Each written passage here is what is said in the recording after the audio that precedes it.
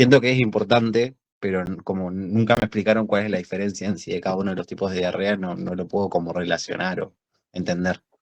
Claro. Bueno, ahí lo que mandó Agustín al grupo, eso está muy bueno, yo lo estuve chusmeando. En sí mismo en el libro no hay esa diferenciación porque el libro es bastante teórico de las bacterias son estas y como que tiene solamente ese enfoque. Así que en los teóricos, si no recuerdo mal, los da la profesora Cosman, al menos históricamente los dio ella, y yo siempre la entendí bien. Eh, Así que a menos que haya cambiado este año ese teórico, ella suele explicar lo de las diarreas. Y de todas No, formas, joya, joya, joya. Porque este, no, o sea, no lo vi, lo estaba por ver ahora y dije, la reunión, así que me conecté. sí, bueno, en el teórico suele explicar bien eso. Y Ok, ok. en la tutoría del sábado, ahí sí vamos a ver ese grupo de bacterias y ahí vamos a hacer el esmero de que quede bien explicado eso de las diarreas y demás. Ok, ok, muchas gracias. Buenas. Ahí, Con que sepan cuál es acuosa y cuál es disentérica, ya está. sí. Ya Claro, no, porque viste que no es tenés mucho también la más. inflamatoria, la hemorrágica, la Pasa que agregativa. la disentérica se toma como que es la inflamatoria con sangre. Y la Ok, acuosa bueno, solo se toma así. ok, No sé qué ok. les mandó Agustín, pero Ya mandó las cosas que suele mandar Agus, ¿viste? Bueno, antes que nada, mientras vaya entrando gente, y les damos la bienvenida a los chicos de mi comisión, les presento a Aldana, ella es ayudante en la comisión del profe Gallardo, y a los chicos de la comisión de Aldana, seguramente ya nos conocemos del TP de simulación, así que hola de nuevo. El día de hoy vamos a hacer una hermandad y vamos a hacer un repasito de casos clínicos todos juntos, así que esperemos que sea llevadero y sobre todo que les sirva. la idea también es un poco que se animen a participar para ver también en qué estado están ustedes y por ahí en las clases, al menos en las de Gallardo, no se animan mucho a hablar la gran mayoría, entonces, bueno, aprovechen acá que estamos entre compañeros. Eh, Al inicio vamos a dar unas generalidades como para entrar en sintonía de qué estamos hablando y la idea es que respondan más que nada a ustedes, así que traten de participar un poquito. Sí, así que no tengan miedo de equivocarse ni nada, que acá estamos todos para aprender y hacer un conocimiento colectivo. Así que mándenle nomás. Eh, si te parece, le esperamos 2 minutitos más que entre un poco más de gente y arrancamos.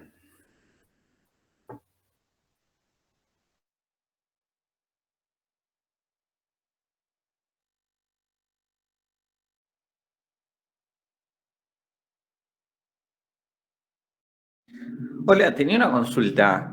Tipo, creo que lo dijeron recién, pero no terminé de escuchar. ¿Disentéricas es la acuosa pero con sangre? Es inflamatoria con sangre. Ah, genial, genial. Esa parte no Acuosa la vi. es la diarrea común que todos conocemos, pero sin sangre. Y sepan diferenciar cuál genera cada una. Si bien en la tutoría lo vamos a dar, no sé si la comisión de Cabrera ya están viendo algo. Si no, esperen al sábado, que justo lo damos nosotros encima. Sí, spoiler, lo voy a dar yo ese tema.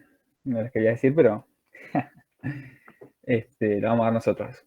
Así que bueno, igual principalmente quédense tranquilos con diarrea, que lo importante es, por un lado, acuosas, por otro, disentérica, y bueno, dentro de cada una de esas tienen su espectro de variable de que si tiene inflamación o no y cosas así, pero la principal clasificación es acuosa o hemorrágica, digamos, ¿sí? Y ahí vamos a ver bien cuáles son las diferencias, pero don't worry. Por ahora, si ustedes quieren ir viendo las características de las bacterias en el libro, vayan viéndolas, está perfecto, y el sábado las vemos ahí de forma integrada. Bueno, ahora sí, me parece que ya estamos. Cualquier cosa, si se va agregando gente, los voy aceptando. Voy a proceder a compartir pantalla y comenzamos. ¿Les parece? Dale, dale, Facu. Por mí Ok, sí. estamos.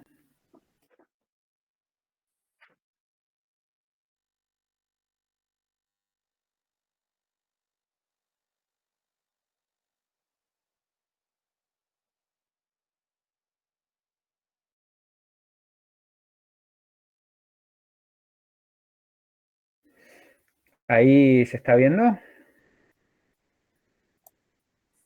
Sí, a mí me Sí, está se ve. cargando. Ahí Sí, se ve. se ve. Perfecto. Ahí debería decir la intro, así que bueno. Cuando vos digas algo voy pasando. Bueno, vamos a arrancar con este repaso. Al inicio vamos a hablar de generalidades de bacterias por ahí para que todos hablemos el mismo idioma. Si bien no voy a dar módulos, sí voy a tocar bastantes cosas de los módulos. Podés pasar, Facu. Primero, ¿quién le gustaría contarme qué es una bacteria? Lo que sepan. ¿Es un ser humano? No sé. Una célula procariota. Bien, tiene célula, es una célula procariota. ¿Qué significa eso? ¿O qué tiene distinto a nosotros? A ver, se denominan que son un poco más, me sale rústicas, pero es menos evolucionadas, si no me confundo. La palabra. Va a tener ¿Cuál? ciertas características morfológicas que las células eucariotas tienen, por ejemplo, no tienen núcleo, creo que tampoco tienen mitocondria, hay ciertas organelas del sistema endomembranas que tampoco, Exacto. eso que Una no. de las mayores diferencias con las eucariotas es que no tienen núcleo. Eso no quiere decir que no tengan material genético. Simplemente está diciendo que no hay una membrana nuclear, no hay una diferenciación de núcleo como lo tienen las eucariotas. Millones de las organelas que nosotros tenemos, ellos no la tienen.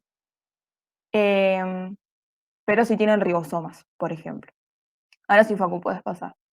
Acá les puse te lo resumo así nomás de lo que es una bacteria. Sepan que tienen un genoma haploide, de que los ribosomas son un poco diferentes al nuestro, ¿sí? El 70S. ¿Y de qué nos sirve reconocer el tema de los ribosomas en las bacterias? ¿Alguno lo sabe? Porque hay fármacos específicos en contra de los ribosomas. Exacto. Entonces esta es la importancia que tienen los ribosomas, de conocerlos, porque van a haber antimicrobianos, específicamente antibióticos, contra las subunidades de estos ribosomas, y es importante que los conozcamos. Con respecto a la membrana celular, sepan que es sin esteroles, excepto micoplasma, que la gran mayoría tiene pared celular. ¿Quiénes no tienen pared celular? Los micoplasmas. Micoplasma son unos. ¿Quién más? No conocen ninguno más. Ureplasma, clamidia. Ellos no tienen pared celular, tienen una conformación distinta, son excepciones que se las tienen que aprender. Y por ejemplo, si yo hablo de espiroquetas, ¿tienen pared celular?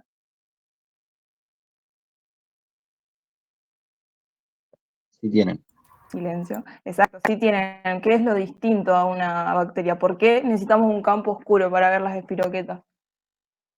por el tamaño que tienen. Exacto, tienen un tamaño muy pequeño. Y si yo les hablo de los VAR, ¿saben lo que es VAR? Son las Ácido bacterias várico alcohol ácido resistente. resistentes. Exacto. Y que estas también tienen pared celular, pero tienen una conformación distinta que tienen más lípidos. Entonces, estas bacterias así específicas que acabamos de mencionar, se las tienen que saber. Tienen que saber que hay diferencias. Después, respecto a la reproducción, que es asexual, fisión binaria, y por eso no decimos que se reproducen, sino decimos que se multiplican. Por ahí yo soy muy pesada de hablar más técnicamente y con propiedad, entonces no digan que se reproducen, en realidad es multiplicación, por eso lo puse ahí. Pero bueno, por ahí entre nos, o algún profe puede llegar a decir reproducción. Seguí, Facu. Les pusimos algunas imágenes, estas sacadas, la gran mayoría de los módulos, otras sacadas de internet, pero para poner en evidencia de todo lo que venimos hablando. La imagen de abajo me pareció muy buena, que creo que la saqué del módulo porque te dividen las que son estructuras superficiales y estructuras más internas. Eso no quiere decir que todas la poseen, pero en general todas las bacterias poseen esto. Ahora sí puedes pasar. La siguiente imagen la saqué de internet y está buenísima porque te habla de cada parte de la bacteria y de qué nos sirve también conocer cada parte de la bacteria. ¿De qué me sirve a mí saber, por ejemplo, que tiene cápsula alguna bacteria? ¿Tiene importancia? Para saber los mecanismos de virulencia que tiene también. Bien, eso por un lado, un mecanismo de virulencia que no va a permitir, por ejemplo, la fagocitosis, en algunos va a permitir la adherencia. ¿Y qué más? Algo más importante aún. Para el tratamiento. Puede ser, sí. ¿Y para la prevención? ¿Creen que es importante? Sí, porque para hacer una vacuna vamos a necesitar un carrier. Bien, para las vacunas también es muy importante el tema de las cápsulas. Sepan estas, parece muy largo, pero sepan cada parte de la bacteria y para qué sirve, porque van a poder saber discernir el cuentito que más adelante le vamos a contar y para qué sirve cada parte de la bacteria. Por ejemplo, los pilis sexuales, que en algunos puede servir como adherencia, pero la gran mayoría sirve, por ejemplo, para transmitir información. Y esa información lleva, por ejemplo, a que se transmitan info para resistencias antimicrobianas. Entonces está bueno que se vayan aprendiendo qué son los flagelos, qué son pilis o fimbrias, las diferencias, los mesosomas, porque después, a medida que ustedes tengan esta base, después les sirve un montón para poder razonar las cosas. Especialmente cuando el profe va y les mete un caso clínico de golpe, pueden ir razonando de a poco. Puedes pasar, Paco. Bien. Una de las otras, ¿te pasaste? De una manera de reconocer a las bacterias es a través de la observación.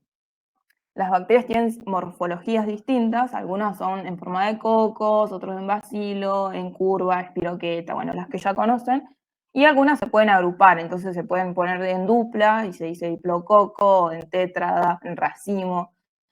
Y esto tiene muchísima importancia a la hora del diagnóstico, ¿sí? Porque cuando ustedes ven al microscopio y hacen una previa tinción, van a poder reconocer este tipo de morfología y ya les va, en su cerebro ya van a ir como diciendo, bueno, si veo coco, puede llegar a ser este tipo de bacteria. Si veo que está en cadena y es coco, bueno, pienso en algo. Muy importante de que acá solamente van a poder reconocer la morfología, pero le pueden poner nombre y apellido si yo veo esto en un microscopio. Yo puedo decir esto es, no sé, Streptococcus pneumoniae. No. Exacto. Entonces, cuando les pregunten esto, que es una pregunta trampa, ustedes no le pueden poner nombre y apellido, simplemente con ver la morfología o la tinción. Pero ya tienen una alta sospecha y ya pueden ir guiando frente a qué estamos. Ahora sí, la siguiente.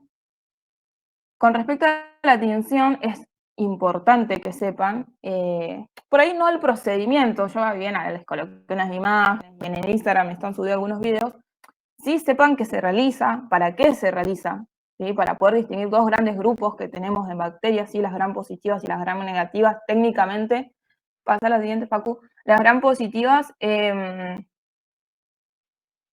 lo que tienen es que pueden, al tener diferencias en las paredes, algunas bacterias, las gram positivas pueden absorber mucho más la tinción, el colorante, entonces quedan violetas o azules. No así las que son gram negativas porque ya tienen una conformación distinta. ¿Alguien me quiere hablar de cómo son estas diferentes conformaciones entre positivas y negativas?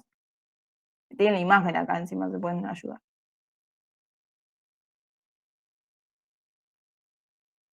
Las gram positivas van a tener una pared con celular con mureína y ácido teicoico que le va a servir para la adhesión, y las gram negativas van a tener una membrana externa particular que va a tener el lipopolisacárido, que es una endotoxina.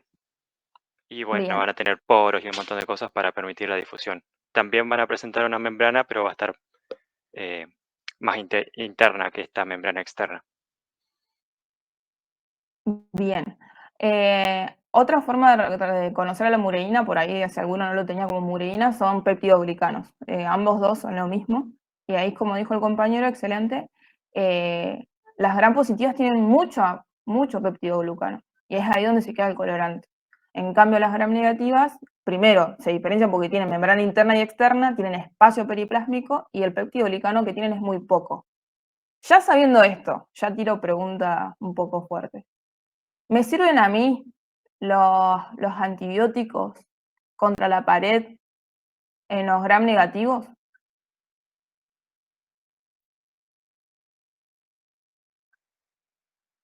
Sí, no, no En sé. general no, pero sí.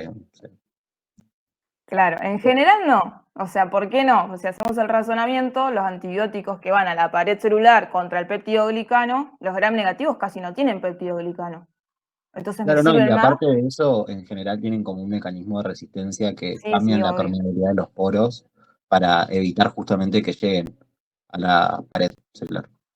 Exacto, o sea, esos son mecanismos de resistencia, pero en general pensamos, bueno, no me va a servir mucho un antimicrobiano contra pared celular en un negativo, justamente porque yo ya sé la morfología que está teniendo esa bacteria.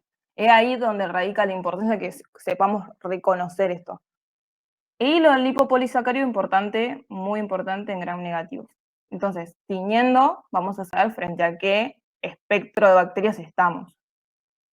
¿A qué le tendrían más miedo ustedes? ¿A los bacilos, o bacilos no? ¿A las gram positivas o a las gram negativas? Negativas. Exacto. Hay que tenerle un poquito más de miedo a las gram negativas cuando las vemos. Puedes pasar, Paco. En el módulo, una de las clasificaciones, esto lo traigo a colación porque aunque es muy difícil, por lo menos sepan escribir lo que es género y especie. Por ahí no suelen pedir mucho el orden, la familia, pero sí en los parciales se pide que escriban género y especie. Entonces, sepan escribir eso, sepan leer bien los nombres de las bacterias, porque en los desarrollos que entran en los parciales se pide el nombre completo mayormente, especialmente género y especie. Entonces lo traje a colación a esto para que no lo pasen por desapercibido y que se sepan bien los nombres de las bacterias, así como de hongos y de lo que vayamos a ver en adelante. Porque cuando les tomen a veces desarrollo se pide el nombre completo y bien escrito. Así que traje a colación esto para que no pase desapercibido. Ahora sí, Facu. Van a ver que hay muchas maneras de clasificar las bacterias. Mayormente lo más fácil o con lo que iniciamos es morfología y tinción, gram negativa o positiva. Pero también está la parte metabólica, su comportamiento con nosotros, si son comensales, si son estrictas, si son oportunistas, y algunas la capacidad de formar esporas. ¿Saben lo que es una espora?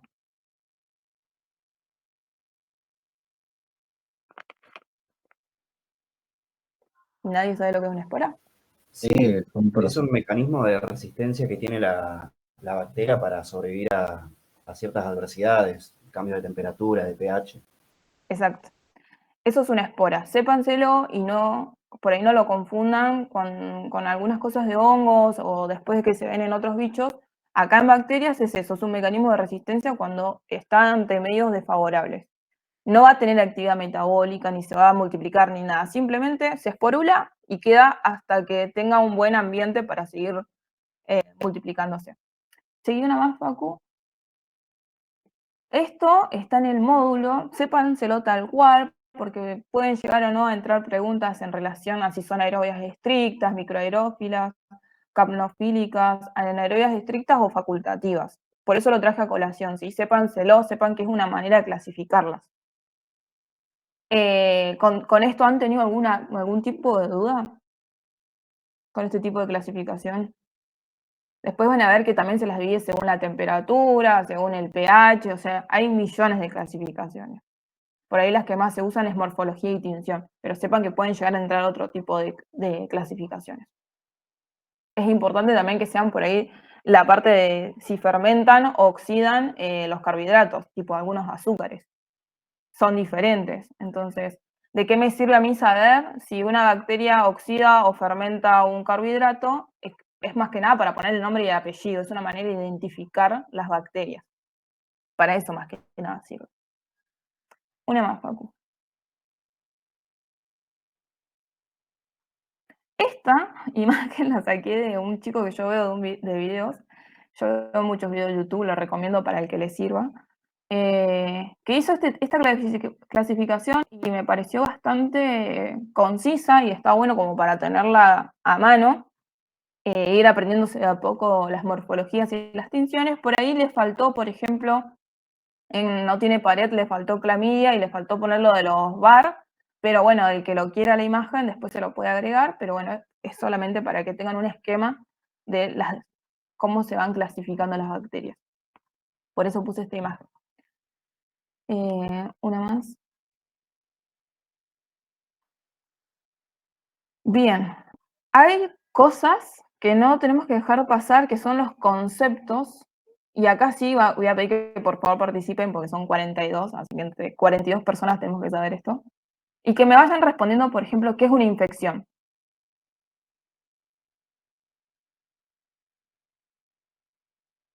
Es cuando tenemos multiplicación del microorganismo en nuestro Bien. organismo. Y antes que se multiplique, ¿qué tiene que haber? Que se colonice. Tiene que haber adherencia. Entonces, es contacto de la gente con nosotros, se adhiere y se multiplica. Eso es infección. Y si yo digo enfermedad, ¿Hay diferencia entre invasión, adhesión y colonización? entre adhesión... De daño, ¿no? Uy, no sé quién habló. Bien. Adhesión básicamente es que se adhiere, o sea, se contactó con la célula que tenga receptor, se adhiere, es como que se pega, vamos a decir. Ahí coloniza y se multiplica, así que se multiplique y colonice es lo mismo, o sea, estamos hablando que se están formando colonias de bacterias, y ahora que invada es otra cosa. O sea, invadir es que ya pueda como poder avanzar, eso es invadir, ya sea que avance por sangre, por linfa, por vía nerviosa, o sea, ya invadir es otra cosa. Entonces esas son las diferencias más que nada.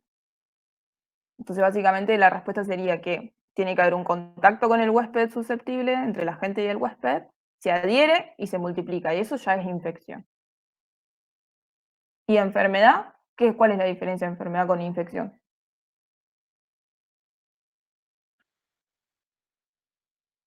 Exacto. Eso es enfermedad. Es la infección con signos y síntomas. Porque puede pasar que uno esté infectado y sea asintomático. Por ende no presenta la enfermedad. Entonces nos volvemos portadores. Esa es la diferencia más grande que hay entre enfermedad e infección. Entonces no es lo mismo hablar de ITS, por ejemplo, un ejemplo que me gusta traer, que ETS. Una cosa es infección de transmisión sexual y la otra es enfermedad de transmisión sexual. Lo más correcto es decir infección de transmisión sexual, porque muchas veces estamos infectados y no lo sabemos, porque no presentamos la enfermedad. Y si hablamos de patogenicidad,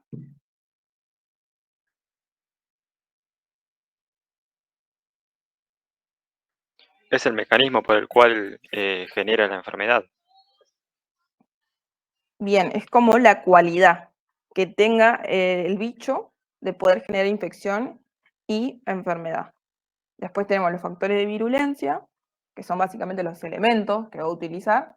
Y cuando lean virulencia sola, es el grado que tenga ese bicho de poder generar la patogenicidad, o sea, si es leve, moderada o grave, la virulencia que tenga ese organismo. Es posta muy importante que vayan teniendo estos conceptos de base ya claro, porque así vamos a poder hablar mejor y entender mejor después todas las clínicas. Después saber cuáles son comensales oportunistas y estrictos, porque las bacterias conviven con nosotros. Sí, Lucas. ¿Me podrías repetir la diferencia entre factor de virulencia y virulencia? Porque me mezclé yo solito.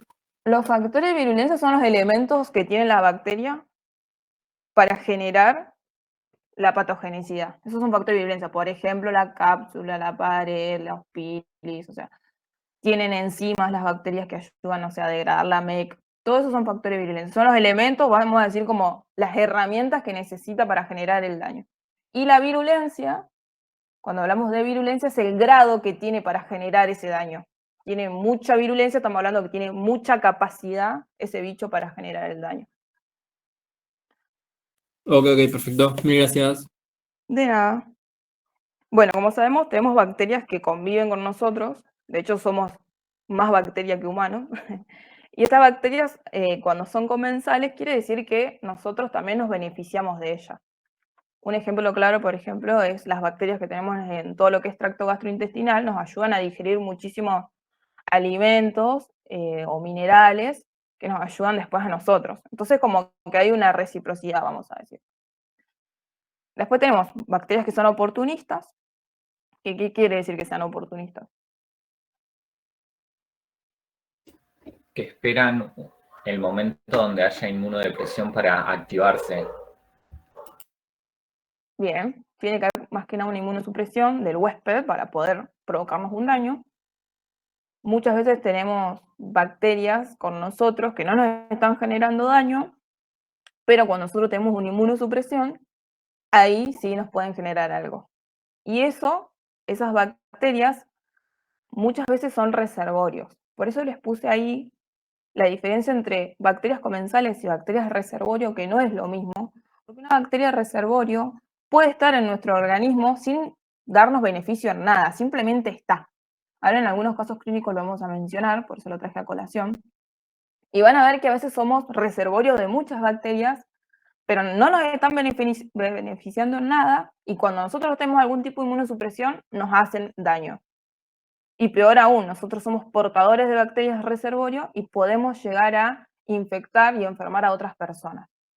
Entonces, ahí les dejé como que sepan por ahí la diferencia entre una cosa y la otra.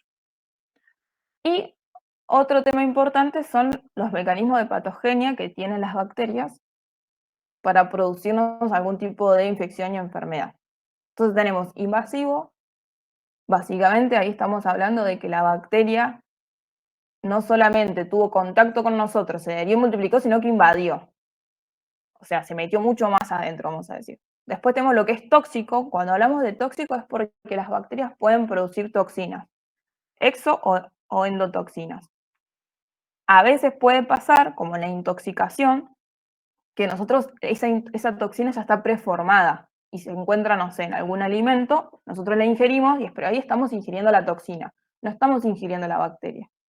O puede pasar que tengamos toxoinfección, donde tenemos tanto la bacteria adentro nuestro, como las toxinas que largue esa bacteria, ya sea exotoxinas o endotoxinas. Y si hablamos de toxinvasión, estamos hablando de que la bacteria puede invadir y a su vez liberar toxinas. ¿Eso se entiende? Pregunto en serio porque esto siempre se pregunta, no solo ahora, sino en finales, y ustedes tienen que entender qué tipo de mecanismo producen ciertas bacterias, si usan intoxicación, invasión, si usan combinaciones, especialmente, por ejemplo, Strepto y Estáfilo, que usan todos los mecanismos de patogenia y tienen que saber diferenciar en qué momento es intoxicación, en qué momento es toxinfección, en qué momento es toxinvasión. Entonces, se tiene que quedar claro ahora, para no arrastrar estos errores. ¿Cuál es la diferencia entre toxinvasión y tóxico-infección? La diferencia, para, estaba leyendo justo el chat. ¿La diferencia en cuál me dijiste, Franco? En las últimas dos, toxinvasión y tóxico-infección. Toxoinvasión es cuando la bacteria puede invadir el organismo, ya sea por sangre, por linfa, por contigüidad, y a su vez liberar toxinas, ya sean exotoxinas o endotoxinas si hablamos de gram negativo. Entonces la bacteria está haciendo las dos cosas. Está produciendo bacteriemia, vamos a decir, porque está invadiendo, y encima está liberando toxinas al mismo tiempo. Y la toxinfección, uno de los ejemplos, por ejemplo, que yo doy, es el de Escherichia coli enteromorrágica, porque ahí la Escherichia coli hace infección en lo que es la mucosa intestinal, ¿sí? Se adhiere, ahí está justamente la definición, se adhiere, se multiplica en esa mucosa, y cuando libera la toxina, es la toxina la que va a generar daño después a otros órganos, no la bacteria. Por ejemplo, el síndrome urémico hemolítico, la que lo está generando es la toxina que pudo entrar a nuestro organismo, pero la infección Sería la quedó en la GA2. mucosa. ¿Eh? No, estaba pensando en voz alta. Ah. No, listo, sí, joya, muchas gracias. Esa es la gran diferencia. Entonces, la infección, la toxinfección es, hay infección en una parte, pero lo que invade no es la bacteria, es la toxina. Y cuando hablo de toxinvasión, ahí sí está la bacteria invadiendo y a su vez liberando toxinas. Y en intoxicación directamente solo estamos ingiriendo la toxina, la bacteria no se encuentra. Hola, Hola. consulta, perdón. No. Por ejemplo, con el Staphylococcus aureus, cuando Sí. genera el síndrome de shock tóxico por los tampones, ¿eso sería Ujú. tóxico invasión entonces? Es la toxina la que está generando el shock. Claro, pero ¿no tenés también como que la invasión de la Staphylococcus aureus ahí en el canal vaginal? Invade, sí, es toxinvasión, sí. Ojo que no es, ese es el ejemplo que siempre usan, ojo que no es la única manera de generar shock tóxico de estáfilo, ¿eh? Pueden dar otros ejemplos. Uno sí es la de los tampones, que sé que ahí sería toxinvasión, pero hay otras maneras de hacer shock tóxico. Por ejemplo, Strepto también hace shock tóxico y lo hace en otros tipos. Por ejemplo, hace poco vimos con mi comisión un caso donde el paciente tenía varicela y debido a que se rascaba y demás, hizo una coinfección con Streptopiógenes. Entonces, ahí se le complicó e hizo una toxoinfección. Entonces la bacteria solamente infectó la herida y las toxinas se iban liberando y estaban haciendo todo eso ahí a nivel de la herida. Pero si esas toxinas entran y se va la bacteria a sangre, hacemos bacteriemia y se podía llegar a ir a un shock tóxico, por ejemplo. Entonces ahí fíjense en que según donde le den el caso clínico, en donde se los estén planteando, ustedes tienen que saber razonar, bueno, si estoy en toxoinfección o en una toxoinvasión. Ahora con los casos clínicos lo vamos a ir tocando igual de a poco, pero la idea es que ustedes traten de ir razonando según en dónde están parados, qué clínica les están dando para saber diferenciar si invadió la bacteria, si es la toxina la que me está jodiendo, si es las dos cosas al mismo tiempo, o simplemente es una intoxicación, que es la más fácil para discernir. Intoxicación mayormente es por Clostridium botulinum, por la toxina también de Staphylo, no sé, no me acuerdo de otra ahora, pero son pocas las que dan de intoxicación. Después el resto, toximación y toxinfección. Después tarea para la casa, o si alguno lo sabe, dígame, por ejemplo, Clostridium tetani, ¿en cómo entraría acá? ¿Alguno lo sabe? ¿Qué tipo de infección Como hace? intoxicación. ¿Seguro?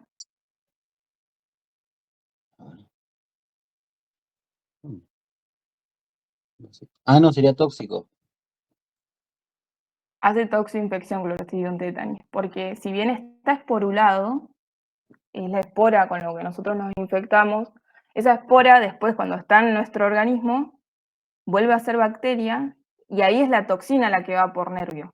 Pero la bacteria quedó ahí en la zona de la lastimadura, por ejemplo. Entonces eso es toxoinfección. Tengan cuidado ahí, no se equivoquen con esas cosas.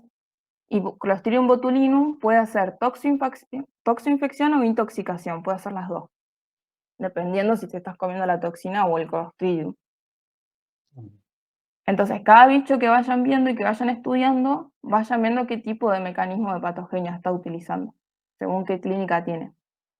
Y bueno, tetani, que ya se les quede grabado, es toxoinfección.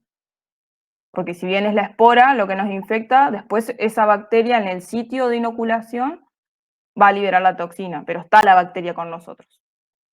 No más que no es la que invade, solamente invade la toxina. ¿Eso les quedó claro?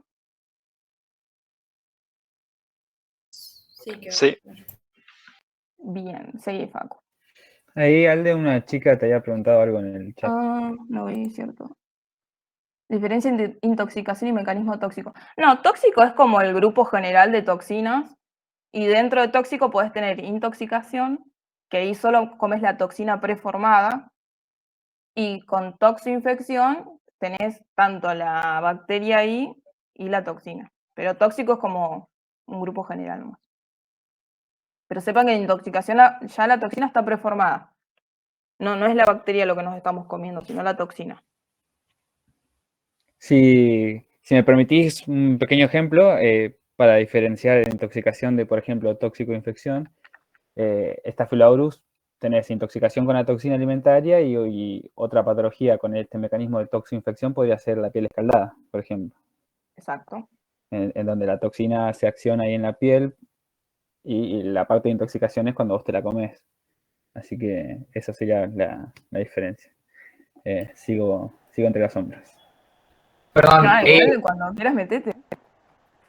¿el Clostridium tetani era tóxico invasión o tóxico infección? No, infección. Genial, Es gracias. toxoinfección porque cuando ustedes dicen invasión es que la bacteria invadió.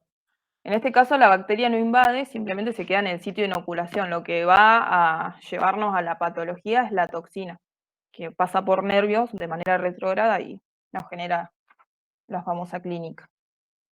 Pero no es invasión de la bacteria, porque si hicimos invasión es porque la bacteria pudo entrar. En este caso no entró la bacteria. Infectó esa zona y liberó la toxina y la toxina nos hizo todo después.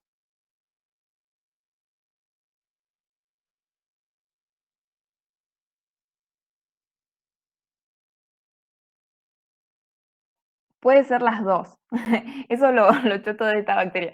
Porque si mayormente igual es intoxicación por la toxina. Pero en los lactantes podés tener infección. Te puedes comer la bacteria y la bacteria ya cuando está a nivel gastrointestinal libera la toxina. Entonces, Clostridium botulinum puede tener las dos. Mayormente es intoxicación, pero en lactantes puede pasar la toxoinfección. Siempre recordando que cuando hablamos de toxoinfección está la bacteria. Si hablamos de intoxicación es solo la toxina. De nada. Seguí, Facu, ¿eh? Bien, y acá está el cuentito que como cátedra estamos esperando que todos los alumnos tengan. Esto lo saqué del módulo y es la metodología que queremos que encaren de acá en adelante todos los casos clínicos y que piensen siempre así, porque primero que van a ir ordenados y segundo de que es mucho más fácil. Yo he notado, y en general creo que nos estamos dando cuenta, que es como que a ustedes se les da una clínica y enseguida van y piensan en el bicho, y van y dicen el bicho, y se comieron todos los demás pasos. Entonces, ¿de qué sirve este cuentito? De que primero que vayamos ordenados, no nos olvidemos nada, de que tratemos de mencionar todo lo que sabemos, y después luego sí, tiramos nombre y apellido de la bacteria. Entonces, lo primero que tenemos que tener es el encuentro entre el agente infeccioso y patógeno con el huésped, que en este caso somos nosotros. Esto es lo que ya conocemos como la triada ecológica, que yo lo vengo mencionando en mi comisión. Para los chicos que no son de mi comisión, si no la conocen, se las presento. La triada ecológica básicamente es un triángulo, hablamos de 3 puntos, uno es el huésped, la gente y el ambiente, sumamente importante el ambiente, y en algunos casos a veces se mete el vector, que en algunos casos hay vectores. Entonces, sumamente importante que piensen esto, bueno, a ver, ¿en qué agentes es más susceptible a ciertas infecciones? Mayormente en los extremos de la vida hay ciertos tipos de patógenos, o en los susceptibles o en los inmunosuprimidos hay ciertos tipos de patógenos, entonces la triada ecológica nos sirve para esto. Van a ver que hay patógenos que se encuentran más, no sé, en ambientes húmedos, otros que son más estacionales, eso quiere decir que, no sé, que en invierno se presente más este tipo de bacterias y así. Por eso es importante la triada ecológica. Entonces tenemos el encuentro. De ahí tenemos la entrada. La entrada, van a ver que son todos los tipos de puertas donde puede entrar un microorganismo. Vía respiratoria, génito urinario, por heridas, respiratorias, conjuntivas, o sea, todas las puertas que ustedes conocen es por donde tienen que decir que entra la bacteria. Y mayormente por donde entra la bacteria puede llegar a salir también, o sea, en la vía respiratoria suele ser una puerta de entrada y de salida.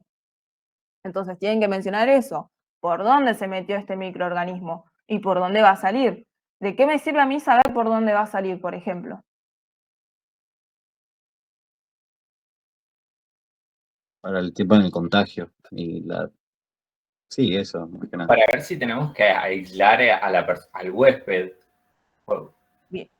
Bien, las dos respuestas también. Sí, entonces si ya sabemos la puerta de salida y estamos ante una fuerte sospecha de, no sé, tuberculosis, sabemos si tenemos que aislar o no al paciente, sabemos qué va a ser el método de contagio, sabemos también que puede ser una toma de muestra, la puerta de entrada o de salida. Entonces, para eso nos sirve conocer esto. Después tenemos el establecimiento, que es esto que le decíamos, la adherencia. Cliquea uno más, Facu. Estos factores de virulencia que tenemos que conocer van a ser lo que nos permiten la adhesión. Van a ser tanto adherencias, o sea, factores de virulencia estructurales de bacterias o las enzimas que tengan las bacterias para poder establecerse en la célula con la que tenga tropismo. Una vez que se adhiere y una vez que penetra dentro de la célula va a ser lo que es la multiplicación, que ya sabemos que es posición binaria. Sí, Facu.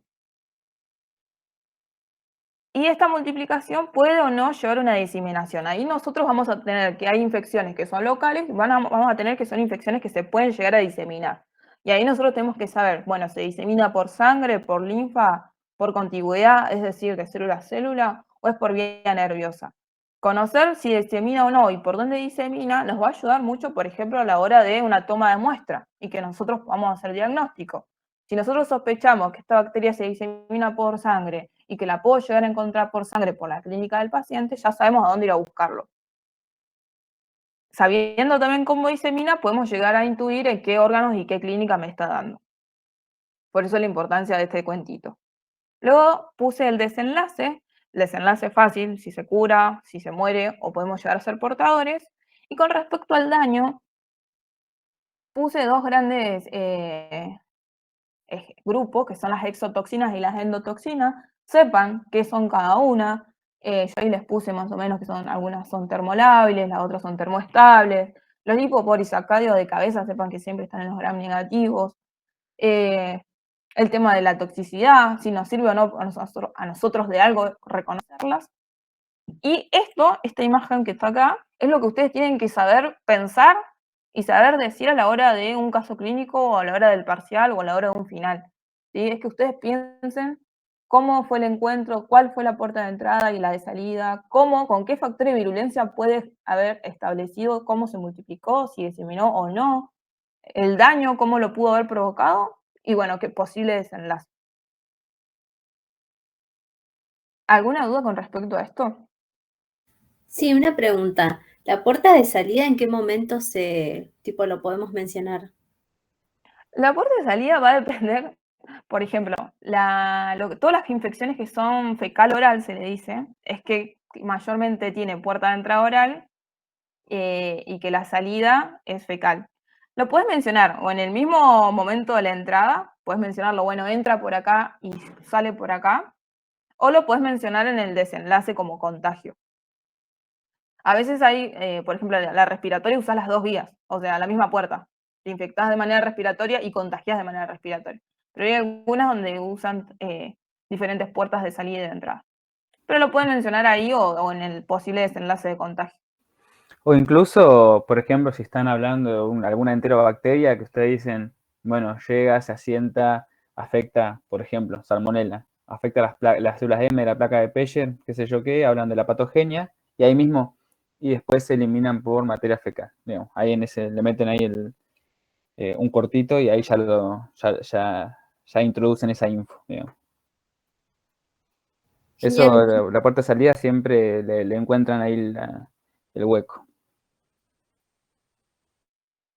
Consulta, Aldi.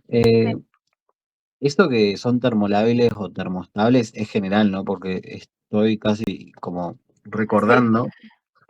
Y hay algunas que son exotoxinas y son termoestables. Esto es en general. Ah, ok. Listo, Es en general. No hace falta que digan qué exotoxina es termolábil. O sea, en general son todas termolábiles. Y Ok. lo puse acá a colación. No sé si en los parciales ha entrado una pregunta, pero me parece que sí. Entonces, como que sepan generalmente la diferencia entre una exotoxina y una endotoxina. Para que les quede la parte teórica. Y en la siguiente imagen, creo que recién puse una imagen.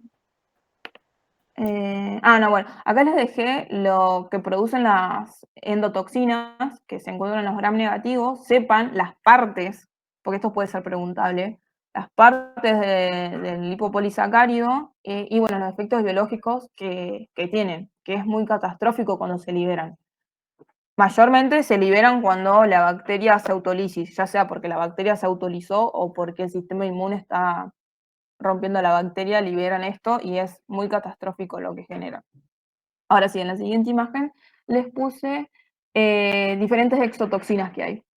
Esto después se los pasamos, así ya les queda. No sé si lo saqué de un módulo, no me acuerdo, por eso lo puse. Pero bueno, acá son diferentes exotoxinas que tienen las bacterias y que bueno, si ya saben que tienen proteasas IgA, ustedes ya van a saber que van a inhibir justamente la IgA. Entonces todas las bacterias que entren por mucosa probablemente tengan proteasas IgA, porque es una manera de poder evitar el sistema inmune. Entonces le puse esta imagen para que les quede. Lo mismo con las elastasas o las coagulasas. Entonces, los nombres mayormente, si ya saben un poco la parte fisiológica, van a poder discernir, bueno, está haciendo esto. tengo colagenasa, estoy rompiendo las fibras del colágeno y le va a servir eso para poder invadir. Entonces ustedes ya iban razonando con el conocimiento que ya traen, cómo la bacteria puede invadir y generar toda la infección y enfermedad. Sí, Facu.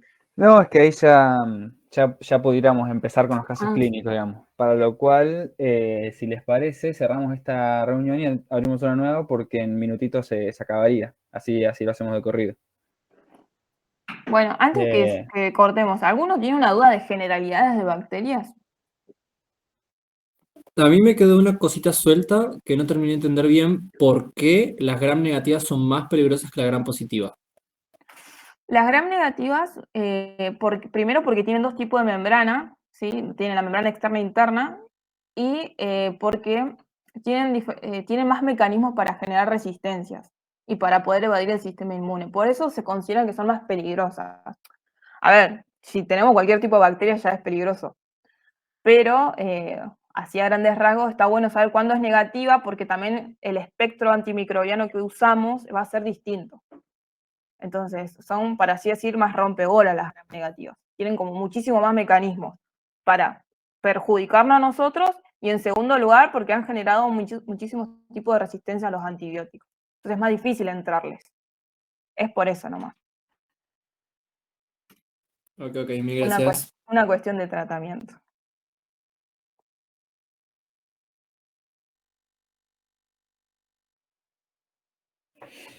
Bueno, como decía Alde, si al menos que tengan alguna duda sobre todo esto que estuvimos viendo, ya Alde lo explicó súper bien, ya podríamos ir saliendo y entramos enseguida, les mandamos un link. ¿Hablen ahora o callen para siempre? Yo tengo una duda. Yo no sé, no encontré en ningún lado lo que era termolábil y termoestable. Tipo, en el teórico lo mencionan, pero no lo explican. Ahora yo se los mando por escrito, así les queda bien eso. Sí, es medio trabalengua entender eso. Genial, gracias. Ahora lo mando, bueno, en el próximo, ¿cómo se llama? El próximo video lo mando acá, así le queda a las dos comisiones.